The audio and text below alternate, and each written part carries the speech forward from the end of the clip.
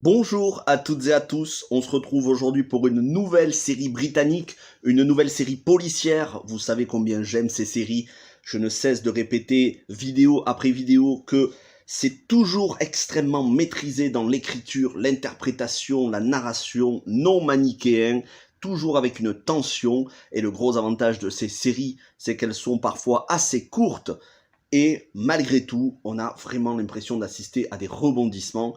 Et aujourd'hui, je vous parle de The Tower, une série britannique qui a été diffusée au Royaume-Uni et chez nous en France sur Canal+ l'année dernière. Elle est basée sur le premier roman d'une romancière anglaise, Kate London. Ce roman s'appelle Post-Mortem. Cette romancière a écrit 2 autres romans qui pourraient être adaptés. On en reparlera.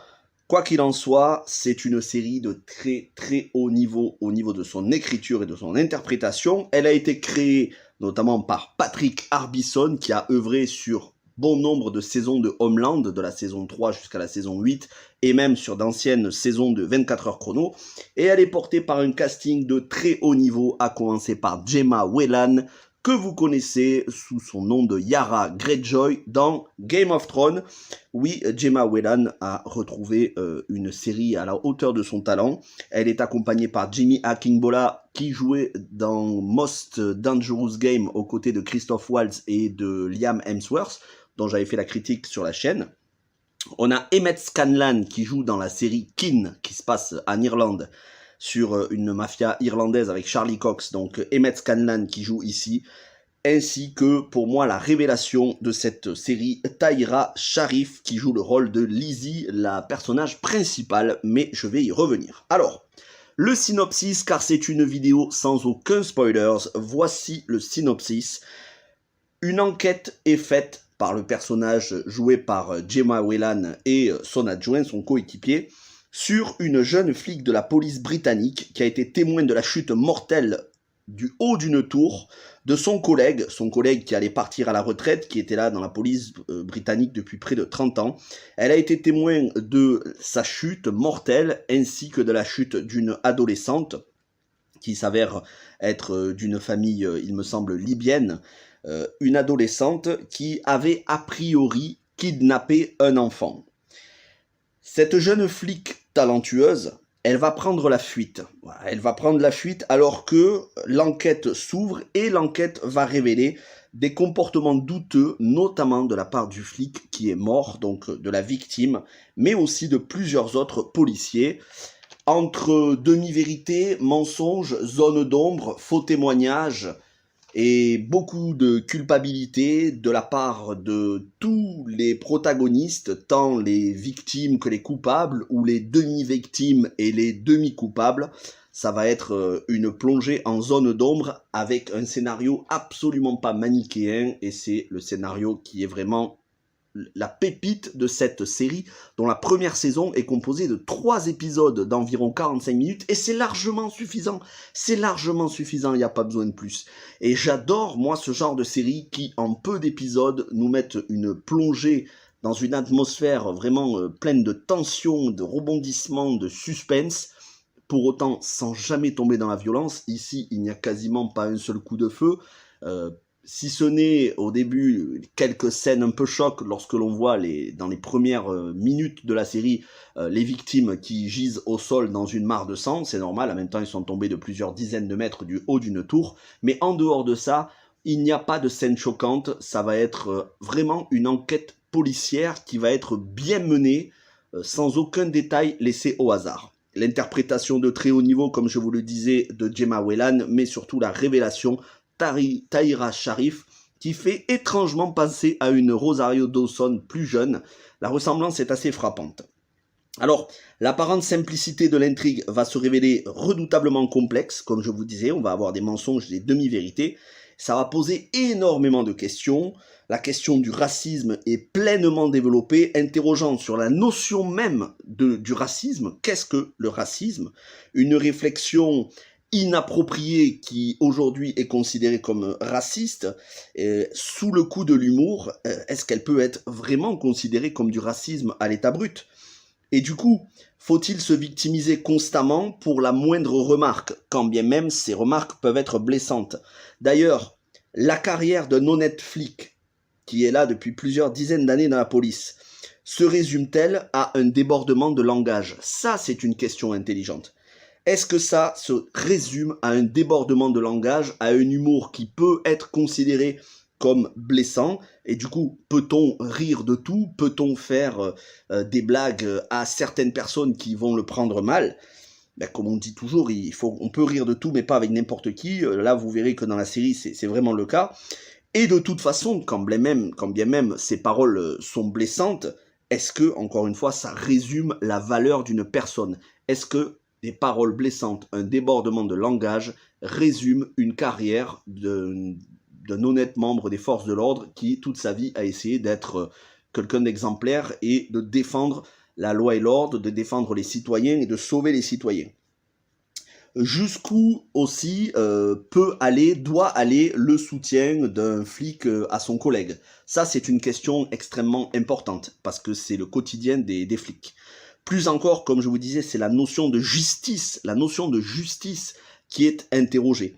Faut-il être intraitable avec les moindres erreurs policières?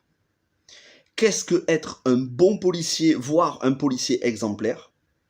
Et surtout, et ça c'est une question qui est posée vers la fin de la série, je ne vous spoile pas non plus le scénario, ni les éléments, ni dans le contexte, vous verrez, mais la question est posée, je ne pourrais plus vous dire exactement les mots, mais lorsqu'on est un enquêteur, notamment par exemple de la police des polices, de l'IGPN, bon, vous traduisez ça dans les services britanniques, pourquoi s'est-on engagé? Pourquoi s'est-on engagé à devenir enquêteur? Est-ce que c'est pour sanctionner la moindre erreur policière et donc laisser filtrer 0%, hein, autrement dit avoir des flics exemplaires à 100%, ou est-ce que c'est avant toute chose pour arrêter des criminels?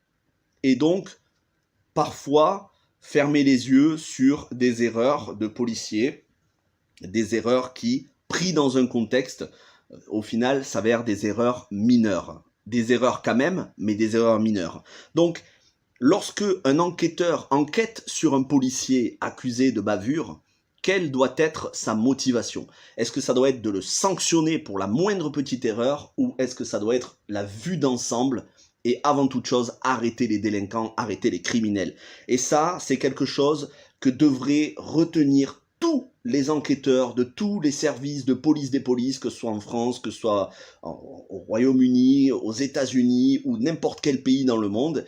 Et c'est vrai qu'aujourd'hui, malheureusement, on en demande beaucoup trop à la police en sanctionnant pour la moindre petite erreur et parfois en victimisant des personnes, en faisant passer des victimes pour totalement irréprochables, totalement victimes des pires abus policiers et en jetant une opprobre injustifiée sur tout un service de police pour quelqu'un qui a fait une erreur, qui s'en veut, qui essaye de réparer. Donc, encore une fois, c'est la notion d'être juste à l'excès. Être juste à l'excès qui est ici pointé du doigt. Doit-on renvoyer une flic pour avoir commis un mensonge, pour avoir couvert un mensonge? Et justement, un mensonge est-il justifiable quand, par exemple, lorsque vous allez dire la vérité, vous allez être viré de la police parce que vous n'avez pas respecté le règlement à la lettre, mais ce faisant, vous ne pourrez pas témoigner contre un gros bonnet et démonter un réseau de prostitution. Est-ce que le jeu en vaut la chandelle? Est-ce que, parfois, pour une erreur, on ne peut pas laisser passer pour attraper des plus gros poissons, comme on dit? Ça aussi, c'est une question qui va être posée dans la série. Comme je vous disais, la notion d'être juste à l'excès est ici pointée du doigt. La seconde chance, voire des chances supplémentaires de se rattraper, est mise en avant, vraiment, et ça m'a fait très plaisir parce que c'est nuancé.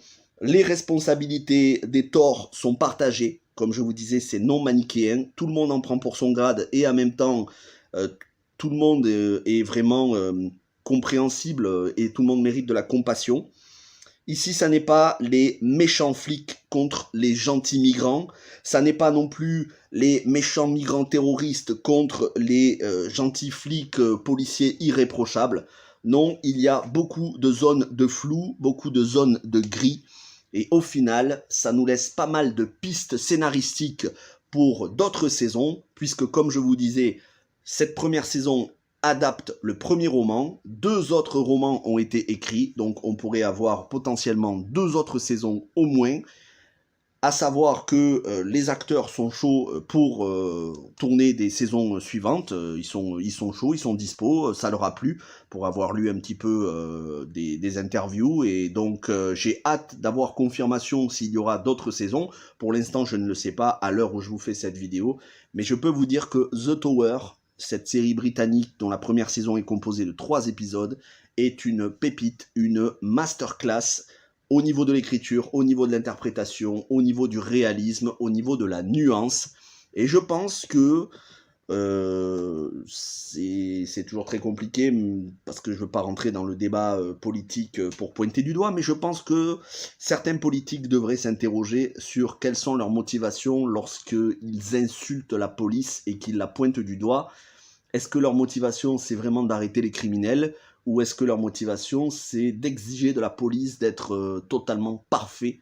Parce que c'est impossible d'être parfait, surtout quand on est flic et qu'on doit faire face à tout un tas de choses pourries qui vous sautent au visage toute la journée. Vous êtes confronté à la criminalité.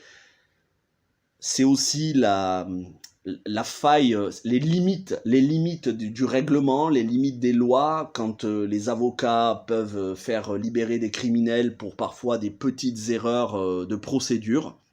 Est-ce que les procédures ne sont pas trop justes à l'excès?